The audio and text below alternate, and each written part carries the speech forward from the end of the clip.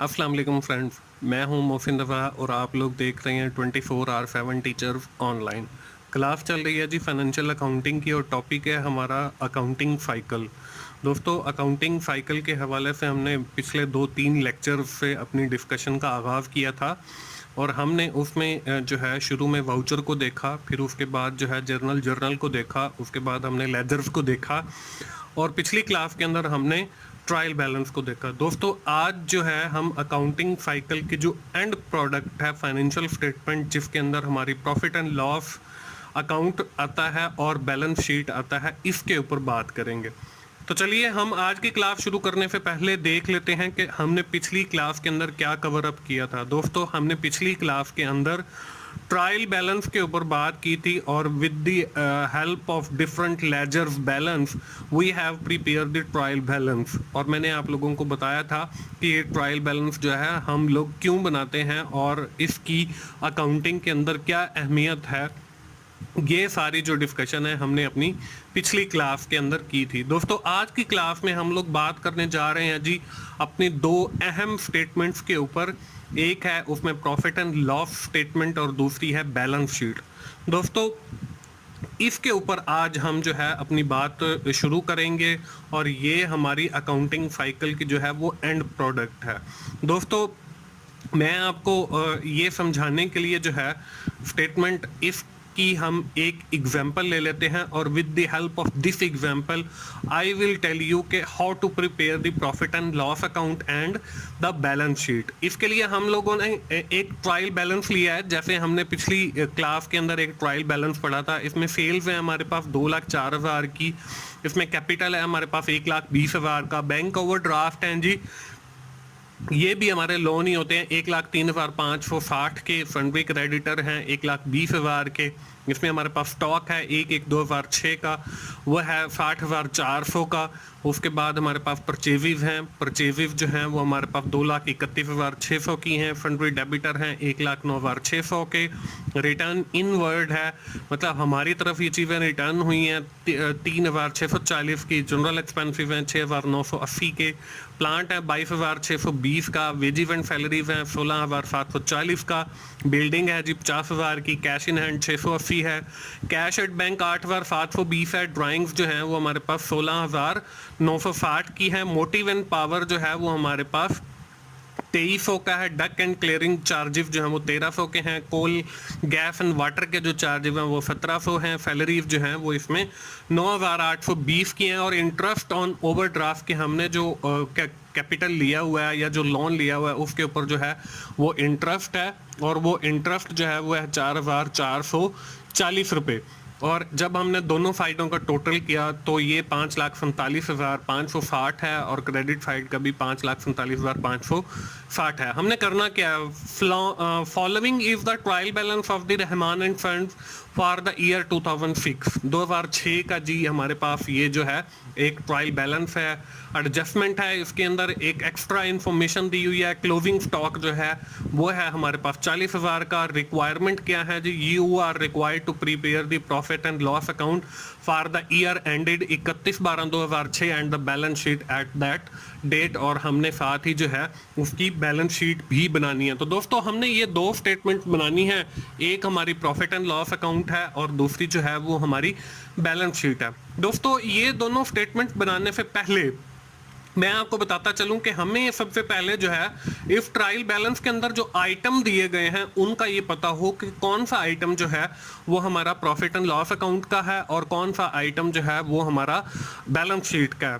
Profit and loss account जो है ये किसी भी कंपनी की जो है वो प्रॉफिटेबिलिटी को शो करता है। प्रॉफिट एंड लॉस अकाउंट के अंदर जो है हम लोग नॉर्मली अपनी सेल्स और जो हमारी परचेजेज हैं वो लेते हैं और इसमें हम ये भी कह सकते हैं कि इसमें हम मोस्टली जो है अपनी इनकम और एक्सपेंसिव को मतलब प्लस माइनस करते हैं और with the help of these plus minus we have get the value of profit और लॉस, उससे जो है हमें प्रॉफिट या लॉस का पता चलता है। On the other hand, if we are talking about the balance sheet show the company position वो कंपनी की फाइनेंशियल पोजीशन को जाहिर करती है, और इसमें जो है हम लोग एसेट्स और लाइबिलिटीज की बात करते हैं। और we have already discuss in the previous lecture about the assets and liabilities के एसेट्स क्या होते हैं और लाइबिलिटीज क्या होती हैं। Now we have seen these trial balance item and we have identified that which item is belong to the profit and loss account and which item is belong to the balance sheet. ये हमने देखना है जी। अब देखें, ये एक format बना लिया है। ये वैसे नॉर्मली तो हम बनाते नहीं है, लेकिन सिर्फ आपको समझाने के लिए ये मैंने बनाया है ताकि हमें पता चल सके कि कौन सा आइटम जो है वो पीएलएफ का है, मतलब प्रॉफिट एंड लॉस स्टेटमेंट का है, और कौन सा आइटम जो है वो हमारा बैलेंस शीट का। इसमें फर्स्ट आइटम सेल है जी। अब देखें, सेल नाम से ही जाहिर हो रहा है कि ये जो है वो प्रॉफिट एंड लॉस अकाउंट का आइटम है, और यहाँ पे मैंने सामने प्रॉफिट एंड लॉस अकाउंट लिख दिया है। ये वैसे हमें पेपर के अंदर अगर क्वेश्चन आ जाता है तो हमने ये वाला फॉर्मेट नहीं बनाना, बल्कि जो हमारी स्टेटमेंट्स हैं प्रॉफिट एंड लॉस अकाउंट और बैलेंस शीट वो हमने बनानी है। ये सिर्फ आपको समझाने के लिए। तो कैपिटल है जी। कैपिटल जो है वो हमारा बैलेंस शीट का आइटम है। उसके बाद बैंक ओवरड्राफ्ट है, लोन वगैरह है, ये भी हमारा बैलेंस शीट का आइटम है। उसके बाद सन्ड्री क्रेडिटर है, क्रेडिटर भी हमारा बैलेंस शीट का आइटम है। उसके बाद स्टॉक है। अब स्टॉक जो है वो हमारा प्रॉफिट एंड लॉस अकाउंट का आइटम है। उसके बाद परचेजेज है, परचेजेज भी प्रॉफिट एंड लॉस अकाउंट का आइटम है। सन्ड्री डेबिटर है, वो भी हमारा बैलेंस शीट का आइटम है। इसके बाद रिटर्न इन वर्ड है, ये प्रॉफिट एंड लॉस अकाउंट का आइटम है। इसके बाद जनरल एक्सपेंसिव है, जनरल एक्सपेंसिव जो है वो प्रॉफिट एंड लॉस अकाउंट का आइटम है। उसके बाद हमारे पास प्लांट है, प्लांट जो है वो बैलेंस शीट का आइटम है क्योंकि ये एसेट है। वेजेस एंड सैलरी ये हमारे एक्सपेंसिव हैं, इसलिए प्रॉफिट एंड लॉस अकाउंट का आइटम है। बिल्डिंग है, ये हमारा एसेट है, इसलिए बैलेंस शीट का आइटम है। कैश इन हैंड है, कैश इन हैंड भी एसेट होता है, करंट एसेट के अंदर आता है, तो इसलिए ये भी बैलेंस शीट का आइटम है। कैश एट बैंक, ये भी हम एसेट के अंदर कंसिडर करते हैं, इसलिए ये भी बैलेंस शीट का आइटम है। उसके बाद जो है ड्राइंग्स हैं, ड्राइंग्स जो है ये भी हमारी होते तो अखराज आते हैं, लेकिन these are related to the owner, ये ऑनर के अखराजात होते हैं, इसलिए हम इसको बैलेंस शीट के अंदर लिखते हैं। ये हमारे बिजनेस के अखराजात नहीं होते। उसके बाद मोटिव और पावर है, ये भी एक्सपेंसिव है, इसलिए प्रॉफिट एंड लॉस अकाउंट का आइटम है। उसके बाद डक क्लियरिंग चार्जेस हैं, ये भी एक्सपेंसिव है, ये हमारा प्रॉफिट एंड लॉस अकाउंट का आइटम है। इसके बाद कोल गैस एंड वाटर है, ये भी एक्सपेंसिव है, ये भी प्रॉफिट एंड लॉस अकाउंट का आइटम है। इसके बाद हमारी सैलरीज हैं, सैलरीज भी हमारी जो है एक्सपेंसिव है, प्रॉफिट एंड लॉस अकाउंट का आइटम है। और उसके बाद इंटरेस्ट ऑन ओवरड्राफ्ट है, ये भी हमारा प्रॉफिट एंड लॉस अकाउंट का आइटम है। और उसके बाद वो वही टोटल है 5,47,560। जब दोस्तों हमें ये पता चल जाएगा कि कौन सा आइटम जो है वो प्रॉफिट एंड लॉस अकाउंट का है, कौन सा बैलेंस शीट का है, तो फिर हम इजीली वो उन स्टेटमेंट्स को बना सकते हैं। उसके बाद हमारे पास एक एडिशनल इंफॉर्मेशन है कि that the closing stock value have been the 40,000। अब दोस्तों जो आपको ट्रायल बैलेंस से हट के इंफॉर्मेशन दी जाती है या एडजस्टमेंट के अंदर इंफॉर्मेशन दी जाती है, इसका मतलब ये होता है कि इसकी एक एंट्री जो है वो प्रॉफिट एंड लॉस अकाउंट के अंदर की जाएगी, और इसकी जो दूसरी एंट्री है वो आपकी की जाएगी बैलेंस शीट के अंदर। तो हमारी ये जो क्लोजिंग स्टॉक वाली वैल्यू है, अब इसकी एक एंट्री जो है वो बैलेंस शीट में भी की जाएगी और एक प्रॉफिट एंड लॉस में की जाएगी। और मैं आपको जब हम ये दोनों बनाएंगे तो वो मैं आपको दिखाऊंगा कि ये कैसे दो जगहों पे आ रही है। तो चलिए हम लोग अपनी स्टेटमेंट्स की तरफ चलते हैं और बनाते हैं जी प्रॉफिट एंड लॉस अकाउंट और बैलेंस शीट। अब देखें, मैं आपको एक एक आइटम दिखाता चला जाऊंगा, और जिस स्टेटमेंट के अंदर हमने आइडेंटिफाई किया उसके अंदर हम लोग वो आइटम पेस्ट करते चले जाएंगे। ये फॉर्मेट है जी। देखें, ये प्रॉफिट एंड लॉस का है, इसमें एक साइड पे एक्सपेंसिव और दूसरी साइड पे मैंने रेवेन्यू को शो किया है। ये सिर्फ आपको दिखाने के लिए है। ये हम जब भी profit and loss account statement बनाएंगे ये ऊपर नहीं लिखा हुआ होगा, बल्कि नीचे जो इसकी डिटेल आएगी वो होगी। तो ये सिर्फ और सिर्फ आपको समझाने के लिए कि मैंने इसके ऊपर एक्सपेंसिव और रेवेन्यू लिख दिया। और दूसरी साइड पे बैलेंस शीट का फॉर्मेट देख लें, इसमें हमारी एक साइड पे एसेट्स हैं और दूसरी साइड पे लाइबिलिटीज हैं। तो उन आइटम्स के अंदर जो हमारे एसेट्स होंगे वो हम एसेट्स वाली साइड के ऊपर लिखेंगे, और जो हमारी लाइबिलिटीज होंगी वो हम अपनी लाइबिलिटीज वाली साइड पे लिखेंगे। इसमें हमारे सबसे पहला जो आइटम है वो फेल है।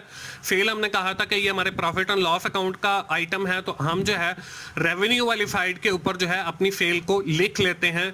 और फेल को मैंने देखें यहाँ पे फाइनल जो हमारा कॉलम है उसके अंदर नहीं लिखा, बल्कि यहाँ पे लिख दिया। तो इसके अंदर देखें हमने नेट फेल लेनी होती है, और नेट फेल जो है वो फेल माइनस आपका डिस्काउंट और माइनस जो है आपकी रिटर्न ये करने के बाद आपके पास नेट सेल आती है, तो हमारे पास कोई आइटम ऐसा हो सकता है जो डिस्काउंट या रिटर्न से रिलेटेड हो, तो इसलिए मैंने यहाँ पे इसकी वैल्यू लिख दिया। अब सेकंड आइटम को देखते हैं जी। सेकंड आइटम हमारा कैपिटल है। कैपिटल मैंने आप लोगों को बताया था कि ये हमारा बैलेंस शीट का आइटम है, और कैपिटल जो है वो लाइबिलिटी होती है उस कारोबार की, तो हम इसको लाइबिलिटीज वाली साइड पे लिख लेते हैं। अब इसको भी मैंने फाइनल वैल्यू के अंदर नहीं लिखा है। उसकी वजह यह है कि कैपिटल के अंदर हम लोग माइनस करते हैं अपने ड्राइंग्स जो उस ऑनर का ज़ाती खर्चा होता है, और उसके अंदर प्लस या माइनस करते हैं हमारा जो प्रॉफिट है, तो हम उसको ऐड कर लेते हैं। अगर हमें लॉस हुआ है तो उसको हम माइनस कर लेते हैं, तो इसलिए इसको हमने यहाँ पे लिख लिया। उसके बाद हमारा जो अगला आइटम है वो बैंक ओवरड्राफ्ट है। बैंक ओवरड्राफ्ट देखें, वो भी लाइबिलिटी है, वो हमने लाइबिलिटीज वाली साइड पे उसकी फाइनल वैल्यू के अंदर हमने लिख लिया जी 1,03,500। उसके बाद हमारा जो अगला आइटम है वो फंड्री क्रेडिटर है। क्रेडिटर से मुराद हमारे वो लोग होते हैं जिनसे हमने पैसे देने होते हैं जिनके, तो वो भी हमारी एक लाइबिलिटी होती है। तो ये फंड्री क्रेडिटर, वो भी हम लाइबिलिटीज वाली साइड पे फंड्री क्रेडिटर को 1,20,000 वो हम लिख लेते हैं। अगला आइटम है जी हमारे पास स्टॉक। अब स्टॉक के साथ देखें, डेट डली हुई है जी 1/1/2006। इट मींस के it is the opening stock of that company के, ये कंपनी का जो है वो ओपनिंग स्टॉक है। तो हम इस स्टॉक को जो है वो प्रॉफिट एंड लॉस अकाउंट का आइटम है, तो हम इसको स्टॉक में जो है एक्सपेंसिव वाली साइड पे इसको 60,400 का हम ये स्टॉक ले लेते हैं। इसके बाद अगला जो आइटम है वो हमारे पास परचेजिज का है। परचेजिज जो है वो भी हमारा प्रॉफिट एंड लॉस अकाउंट का आइटम है, और ये है 2,31,600, तो हम इसको 2,31,600 यहाँ पे लिख लेते हैं। इसके बाद जो है अगला आइटम हमारा फंड्री डेबिटर का है। ये हमारा बैलेंस शीट का आइटम है, तो हम इसको फंड्री डेबिटर जो है, डेबिटर से मुराद वो लोग हैं जिनसे हमने पैसे खुद लेने होते हैं, तो these are called assets of the company. तो हम इसको एसेट वाली साइड पे जो है लिख लेते हैं 1,09,600। उसके बाद अगला जो आइटम है वो हमारे पास रिटर्न इन वर्ड का है। रिटर्न इन वर्ड से मुराद जो हमारी तरफ रिटर्न आई है, जब रिटर्न इन वर्ड आए इट मींस के if we are selling something then जो है हमारे पास रिटर्न इन वर्ड आएंगे, तो हम सेल में से माइनस करते हैं, तो हम सेल के नीचे इसको लिख लेते हैं। प्रॉफिट एंड लॉस अकाउंट का आइटम है 3,640। उसके बाद जो है हम नेट सेल निकालते हैं, तो सेल में से जब 2,04,000 में से 3,640 निकालेंगे तो 2,03,60 हमारे पास नेट सेल आ जाएगा। और नेट सेल देखें, मैंने बिल्कुल जो फाइनल वैल्यू वाला कॉलम है उसके अंदर लिख दी है। इसी तरह परचेजेस का भी होता है। परचेजेस में से डिस्काउंट और हम परचेज रिटर्न अगर माइनस कर दें तो फिर फाइनल वैल्यू आती है, लेकिन इन द गिवन क्वेश्चन ना तो हमारे पास कोई परचेज डिस्काउंट है और ना ही हमारे पास कोई परचेज रिटर्न है, तो इसलिए उसकी वैल्यू जो है मैंने लास्ट वाले कॉलम के अंदर लिख दी है। अगला जो आइटम है हमारे पास दोस्तों वो है जनरल एक्सपेंसिव का। अब जनरल एक्सपेंसिव जो है वो हमारा अखराजात हैं, वो प्रॉफिट एंड लॉस अकाउंट का आइटम है। ये है 6,980, तो हम इसको एक्सपेंसिव वाली साइड पे नीचे लिख लिया है। नीचे इसलिए लिखा है क्योंकि ऊपर जो है हम सबसे पहले ग्रॉस प्रॉफिट कैलकुलेट करते हैं और उसके बाद जो है हम बाकी के अखराजात माइनस करते हैं, तो इसलिए मैंने इसको नीचे जनरल एक्सपेंसिव को लिख लिया।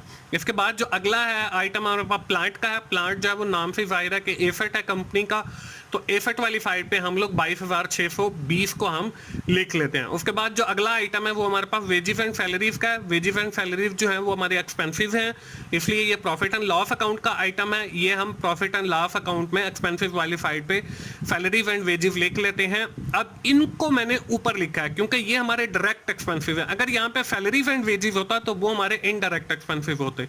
तो आइंदा आने वाले लेक्चर्स के अंदर मैं एक के अंदर आपको बता दूंगा कि कौन से डायरेक्ट एक्सपेंसिव होते हैं जो आपने ग्रॉस प्रॉफिट से पहले मतलब कैलकुलेट करने होते हैं और कौन से आपके इनडायरेक्ट एक्सपेंसिव होते हैं। तो हमने इसको as a direct expense consider किया है। वेजेस एंड सैलरी को, इसको 16,740 को जो है हमने ऊपर लिख लिया है। इसके बाद जो अगला आइटम है वो है हमारे पास बिल्डिंग का। अब बिल्डिंग जो है वो भी कंपनी का एसेट है, तो 50,000 जो है हमने एसेट वाली साइड पे एज अ बिल्डिंग दर्ज कर लिया। उसके बाद हमारे पास कैश इन हैंड है, ये भी कंपनी का एसेट है। 680 हमने कैश इन हैंड को एसेट वाली साइड पे लिख दिया। उसके बाद हमारे पास अगला आइटम कैश एट बैंक है, ये 8,720 है, ये भी कंपनी का एसेट होता है, तो एसेट वाली साइड पे हमने 8,720 लिख लिया। उसके बाद हमारा जो अगला आइटम है वो ड्राइंग्स का है। अब ड्राइंग जो है वो किसी ऑनर का जाती खर्चा होता है और मैंने आपको बताया कि ये हम कैपिटल में से माइनस करते हैं, तो कैपिटल के नीचे ड्राइंग को बैलेंस शीट के अंदर लाइबिलिटीज वाली साइड पे हम लिखते हैं। तो हमने यहाँ पे ड्राइंग्स जो है वो 16,960 लिख दी है, इसको हम माइनस करेंगे 1,20,000 में से। अगला आइटम जो है वो हमारे पास मोटिव पावर का, ये भी एक्सपेंसिव है 2300 के, ये भी हमारे डायरेक्ट एक्सपेंसिव है, इसलिए मैंने जनरल एक्सपेंसिव के साथ इनको लिख लिया। इसके बाद अगला जो है वो डक क्लियरेंस चार्जेस हैं, वो 1300 है, ये भी हमारा इनडायरेक्ट एक्सपेंसिव है, इसको भी मैंने इनडायरेक्ट एक्सपेंसिव के साथ लिख लिया है। इसके बाद अगला आइटम जो है वो कोल गैस एंड वाटर है, 1700 का है, ये भी हमारे एक्सपेंसिव है और ये भी हमारे इनडायरेक्ट एक्सपेंसिव है, इसको भी मैंने इनडायरेक्ट एक्सपेंसिव के नीचे लिख लिया है। उसके बाद हमारे पास देखें सैलरीज हैं, सैलरीज भी हमारी एक्सपेंसिव हैं और ये जो एक्सपेंसिव है अगर सैलरी शुरू में आ जाए तो ये हमारा जो है वो इनडायरेक्ट एक्सपेंसिव बन जाता है। तो 9,820 जो है वो हमारा इनडायरेक्ट एक्सपेंस है और इसको भी मैंने इनडायरेक्ट एक्सपेंसिव के साथ लिख लिया। इसके बाद अगला आइटम जो है वो हमारे पास इंटरेस्ट ऑन ओवरड्राफ्ट है। अब ये भी हमारा एक्सपेंस है क्योंकि जो हमने लोन लिया है उसके ऊपर इंटरेस्ट पे करते हैं, तो ये 4,440 जो है ये भी एक्सपेंस है और ये हमारा इनडायरेक्ट एक्सपेंस है, इसको भी हम इनडायरेक्ट एक्सपेंसिव के साथ लिख लेते हैं। उसके बाद जो है दोस्तों हम लोग देखें सारे आइटम मुकम्मल हो गए। उसके बाद हमारे पास बचता है जी closing item, closing stock. Closing stock जो है वो हम रेवेन्यू वाली साइड पे देखें, प्रॉफिट एंड लॉस के अकाउंट के अंदर मैंने 40,000 लिख लिया और क्लोजिंग स्टॉक जो है वो किसी कंपनी का एसेट भी होता है, तो बैलेंस शीट के अंदर देखें मैंने क्लोजिंग स्टॉक को 40,000 लिख लिया एसेट वाली साइड पे। तो दोस्तों मैंने आपको बताया था कि क्लोजिंग स्टॉक की जो है वो डबल एंट्रीज आती हैं, मतलब जो आपको एडिशनल इंफॉर्मेशन दी जाती है वो जो आपकी आपके ट्रायल बैलेंस से नीचे दी जाती है, तो वो हमारी दोनों साइड पे लिखी जाती है, प्रॉफिट एंड लॉस अकाउंट में भी और बैलेंस शीट में भी। अब देखें क्लोजिंग स्टॉक था, तो क्लोजिंग स्टॉक जो है वो रेवेन्यू वाली साइड पे हम लोगों ने एक एंट्री उधर कर दी और बैलेंस शीट में एसेट वाली साइड पे हमने दोनों मतलब स्टेटमेंट्स के अंदर क्लोजिंग स्टॉक को लिख दिया। अब हम दोस्तों करेंगे इसका टोटल। अब देखें सबसे पहले हमने ऊपर वाले हिस्से का टोटल करना है, ये जो हमने प्रॉफिट एंड लॉस अकाउंट बनाया है इसको हम कहते हैं ट्रेडिंग अकाउंट। अब ट्रेडिंग अकाउंट का टोटल करते हैं तो ये हमारी फाइट जो है हमारी बनती है 3,08,740। हमने बराबर मतलब हमने डुअल एस्पेक्ट ऑफ ट्रांजैक्शन पढ़ा है जिसमें every debit is equal to every credit. तो आप इस प्रॉफिट एंड लॉस अकाउंट की ये जो एक्सपेंसिव वाली साइड है इसको डेबिट कंसीडर कर दें और रेवेन्यू वाली को क्रेडिट, और इसी तरह बैलेंस शीट की एसेट वाली साइड को डेबिट और लाइबिलिटी वाली साइड को क्रेडिट कंसीडर कर सकते हैं और इनका टोटल जो है वो बराबर होना चाहिए। अब यहाँ पे देखें 3,08,740 है, हमने रेवेन्यू वाली साइड पे भी 3,08,740 लिया। अब एक साइड हमारी जो है वो कम है, वो रेवेन्यू वाली है, तो यहाँ पे जो है हम ग्रॉस लॉस लिख देते हैं, वो है 68,380। इतनी अमाउंट से जो है ये वाली साइड कम है, तो इसलिए हमने इस साइड पे जैसे हम लोग लेजर्स के अंदर बैलेंस लिखते थे तो हमने यहाँ पे ग्रॉस लॉस लिखा। अगर हमारी लेफ्ट साइड मतलब डेबिट वाली या एक्सपेंसिव वाली साइड कम होती तो वहां पे हम ग्रॉस प्रॉफिट लिखकर उसको दोनों साइड को बराबर कर लेते। तो अब ग्रॉस लॉस है 68,380 का, ये हमने ले लिया है। अब जब हमारे पास ग्रॉस प्रॉफिट आता है तो वो डेबिट साइड में आता है और उसको हम लिखते हैं क्रेडिट साइड के अंदर, और जो हमारा ग्रॉस लॉस है वो हमारे पास राइट साइड के अंदर मतलब क्रेडिट साइड के अंदर आता है और इसको हम लिखते हैं अपनी लेफ्ट साइड के अंदर मतलब एक्सपेंसिव वाली साइड के अंदर। अब ये जो हमारे सारे इनडायरेक्ट एक्सपेंसिव हैं इनका हमने टोटल करना है। ये हमारा प्रॉफिट एंड लॉस, ऊपर वाला हमारा ट्रेडिंग अकाउंट और नीचे वाला प्रॉफिट लॉस। तो आपको क्वेश्चन जो है वो ट्रेडिंग अकाउंट तक भी आ सकता है कि ग्रॉस प्रॉफिट या ग्रॉस जो है लॉस कैलकुलेट करें, और आपको प्रॉफिट लॉस का भी आ सकता है। तो अब हम इन दोनों साइडों का टोटल करते हैं। तो इस साइड का जब हमने टोटल किया तो ये 94,920 बनता है, और दूसरी जो हमारी क्रेडिट वाली साइड है वहां पे देखें दोस्तों कुछ भी नहीं है, तो हम इसका भी टोटल जो है वो 94,920 लिखेंगे। लेकिन बिल्कुल लेजर्स की तरह इसमें हमने बैलेंस ऐड करना है जिसको हम कहते हैं जी नेट लॉस के नेट नुकसान हो गया 94,920 का। तो इसके साथ जो है दोस्तों हमारा ये प्रॉफिट एंड लॉस अकाउंट जो है वो बन गया। अब हम चलते हैं जी अपनी बैलेंस शीट की तरफ। अब मैंने आपको बताया है कि सबसे पहले हम ये कैपिटल में से माइनस करेंगे ड्राइंग्स को, और फिर अगर हमारा ग्रॉस प्रॉफिट है नेट प्रॉफिट है तो उसको जमा कर लेते हैं उसके अंदर, अगर हमारा लॉस है तो उसको माइनस करते हैं। तो यहाँ पे देखें नेट लॉस मैंने लिखा है, तो अब हमने कैपिटल 1,20,000 में से ड्राइंग्स 16,960 की ये भी माइनस करनी है, और नेट लॉस जो है हमारा 94,920 का ये भी हमने इसमें से माइनस करते हैं, और जब हम माइनस करके लिखते हैं तो हमारे पास जो नेट कैपिटल आता है वो 8,120 आता है। अब हमने करना है इन दोनों साइडों का टोटल। जब हम एफर्ट वालीफाइड का टोटल करते हैं तो ये हमारे पास 2,31,620 आता है। और इसी तरह जब हम अपनी लाइबिलिटीज वालीफाइड का टोटल करते हैं तो ये भी हमारे पास जो है वो 2,31,620 आता है। दोस्तों, जब आप लोग प्रॉफिट एंड लॉस स्टेटमेंट बना रहे हैं और बैलेंस शीट बना रहे हो, तो अब आप चेक कैसे करेंगे कि ये जो हमारी स्टेटमेंट्स हैं ये बिल्कुल ठीक बनी है? तो उसको चेक करने का तरीका ये है कि आपका जो बैलेंस शीट का टोटल है वो दोनों साइड का जो टोटल है अगर आ जाता है बराबर आफ्टर एडिशन एंड सब्ट्रैक्शन, मतलब प्लस माइनस करने के बाद, जैसे हमने कैपिटल से ड्राइंग माइनस की, फिर उसमें से नेट लॉस माइनस किया, फिर नेट कैपिटल निकाला, फिर इसमें क्लोजिंग स्टॉक ऐड किया और दोनों साइड का टोटल अगर बराबर आ जाता है बैलेंस शीट का, तो इसका मतलब ये है कि हमारा प्रॉफिट एंड लॉस अकाउंट जो है वो भी ऑलमोस्ट ठीक बना है और जो हमारी बैलेंस शीट है वो भी ठीक बनी है।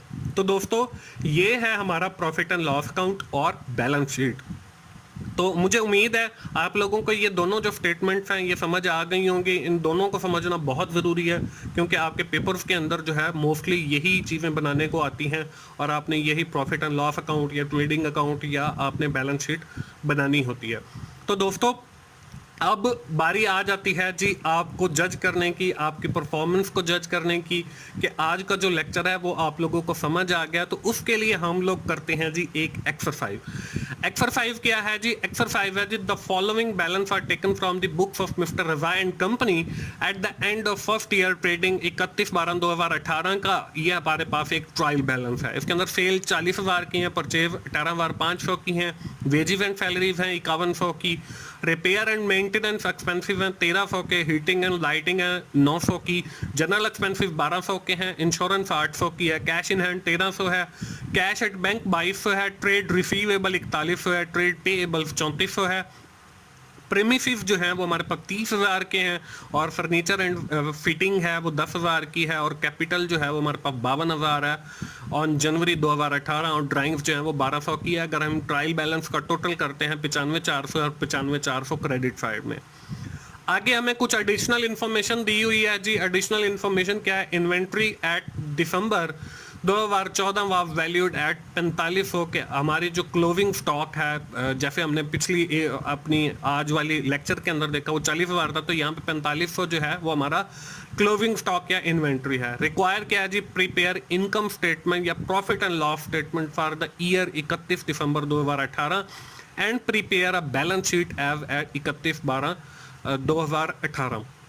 ये है दोस्तों आज की एक्सरसाइज। मुझे उम्मीद है कि आप लोग जाएंगे, इसकी प्रैक्टिस करेंगे और इस एक्सरसाइज को सॉल्व करेंगे और अगली क्लास के अंदर आकर मुझे बताएंगे कि आप लोगों ने ये एक्सरसाइज कर लिया है, आप लोगों ने प्रॉफिट एंड लॉस अकाउंट भी बना लिया है और बैलेंस शीट भी बना लिया। तो दोस्तों, ये थी हमारी आज की क्लास और आज की क्लास के अंदर हमने अकाउंटिंग साइकिल जो शुरू किया था उसकी जो एंड प्रोडक्ट थी प्रॉफिट एंड लॉस अकाउंट और बैलेंस शीट, उसको हमने सीखा है कि वो हम कैसे बनाते हैं। मुझे उम्मीद है आप सारे दोस्तों को जो है वो समझ आ गया होगा कि ये प्रॉफिट एंड लॉस अकाउंट और बैलेंस शीट जो है वो हम लोग कैसे बनाते हैं। दोस्तों, मुझे उम्मीद है आपको फाइनेंशियल अकाउंटिंग समझ आ रही होगी और अब आप जो है वो अकाउंटेंट बनने की तरफ रवां दवां हैं। और दोस्तों, अगर आप लोगों को मेरी फाइनेंशियल अकाउंटिंग की वीडियो समझ आ रही हैं और अच्छी लग रही हैं तो इन्हें लाइक कीजिए, अपने दोस्तों से शेयर कीजिए और कमेंट्स की सूरत में अपना फीडबैक दीजिए ताकि मैं अपनी वीडियोज़ को और इम्प्रूव कर सकूँ। और मेरा चैनल 24/7 टीचर्स ऑनलाइन सब्सक्राइब कीजिए ताकि मेरी हर आने वाली वीडियो आप लोगों तक पहुंच सके। मिलते हैं जी अगली क्लास फाइनेंशियल अकाउंटिंग की क्लास में। उस वक्त तक के लिए मोहसिन भाई को इजाजत दीजिए। थैंक यू वेरी मच दोस्तों। अल्लाह हाफिज।